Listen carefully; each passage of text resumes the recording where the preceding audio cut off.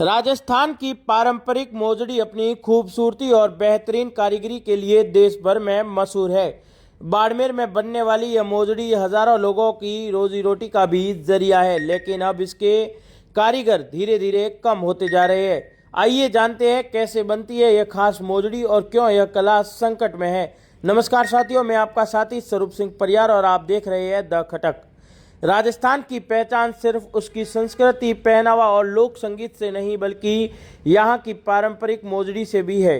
बाड़मेर में बनने वाली यह हस्त निर्मित मोजड़ी अपनी मजबूती, खूबसूरती और विशेषताओं के कारण देश भर में पसंद की जाती है। स्थानीय लोगों का मानना है कि वे शुद्ध चमड़े से बनी यह मोजड़ी गर्मी के मौसम में पैरों को आराम देती है और शरीर को अपेक्षाकृत ठंडा रखने में मदद करती है। इस मोजड़ी की सबसे बड़ी खासियत यह है कि इसके निर्माण से महिलाओं और पुरुष दोनों को रोजगार मिलता है। बाड़मेर में विशेष रूप से जीनगर समाज के कई परिवार वर्षों से इस पारंपरिक कला से जुड़े हुए हैं। महिलाएं घर बैठे मोजड़ी पर हाथ से कढ़ाई और सिलाई का काम करती है, जबकि पुरुष बाजार में इसकी बिक्री और व्यापार संभालते हैं। इससे महिलाओं को आत्मनिर्भर बनने का अवसर मिलता है और पूरे परिवार की आजीविका चलती है। हालांकि समय के साथ इस कला पर संकट भी गहराता जा रहा है। दुकानदारों का कहना है कि मोजड़ी बनाने वाले कुशल कारीगर अब धीरे धीरे कम होते जा रहे हैं। यह पारंपरिक शिल्प विलुप्ति की कगार पर पहुंच रहा है। अगर मोजड़ी बनाने की प्रक्रिया की बात करें तो सबसे पहले चमड़ा लाया जाता है। उसकी सफाई और धुलाई के बाद उसे अलग अलग डिज़ाइनों के अनुसार काटा जाता है। फिर इन टुकड़ों को महिलाओं के पास भेजा जाता है, जहां उन पर हाथ से सुंदर कढ़ाई, सिलाई और डिज़ाइन का काम किया जाता है। इसके बाद तैयार हिस्सों को बाजार की दुकानों पर लाकर अंतिम रूप दिया जाता है। तभी एक खूबसूरत और मजबूत राजस्थानी मोजड़ी जो आपकी मोबाइल की स्क्रीन पर दिख रही है वो जो है तैयार होती है, जो अपनी कला और पारंपरिक कहानी खुद बयां करती है।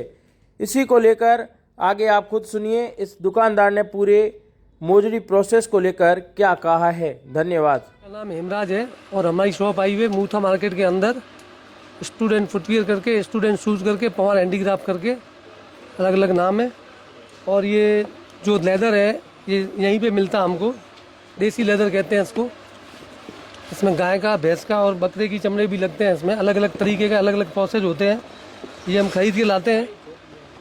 इसकी फिर सफाई वफाई करके इसमें कंप्लीट करके फिर बाद में प्रोसेस करते हैं। जैसे भैया ये बता रहे हैं जूती, इसके फ़ायदे ये होते हैं कि ये गर्मी के अंदर टेम्परेचर जैसे 48 होता है ना, अगर ये पहनोगे तो आपका दिमाग भी ठंडा रहेगा, पैर भी ठंडे रहेंगे।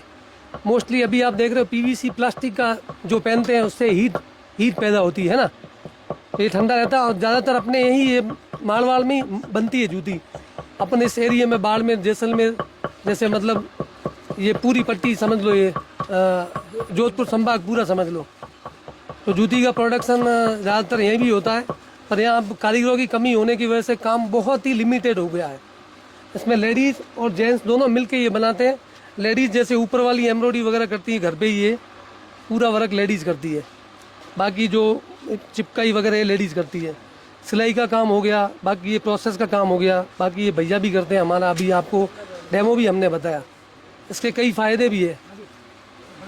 और अभी ये जो काम है चंद कम लोग अब करने लग गए हैं, क्योंकि कई लोग अब दूसरे व्यवसाय में घुस गए हैं। और लड़के जो अभी नए नए युवा वो करना नहीं चाहते इस चीज़ को।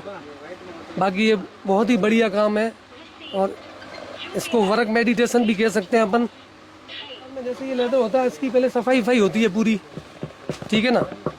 सफाई होने के बाद में दो तरीके का लेदर होता है। एक तो होता है अपर का मटेरियल, ये जो अंदर लगता है ये सॉफ्ट होता है। ये होता है हार्ड, ये इसको कटिंग मोटा भी बना सकते हैं। कोई ग्राहक जैसे मोटा ही मांगता है तो मोटा ही नॉर्मल जैसे यूज़ करना चाहिए। लाइट वेट चाहिए तो लाइट वेट भी बना सकते हैं अपन कस्टमर के हिसाब से। कढ़ाई भी इसमें अलग अलग होती है, कलर वाइज। अगर कोई अदरवाइज कलर चेंज करना चाहे तो अपन वो भी बना सकते हैं।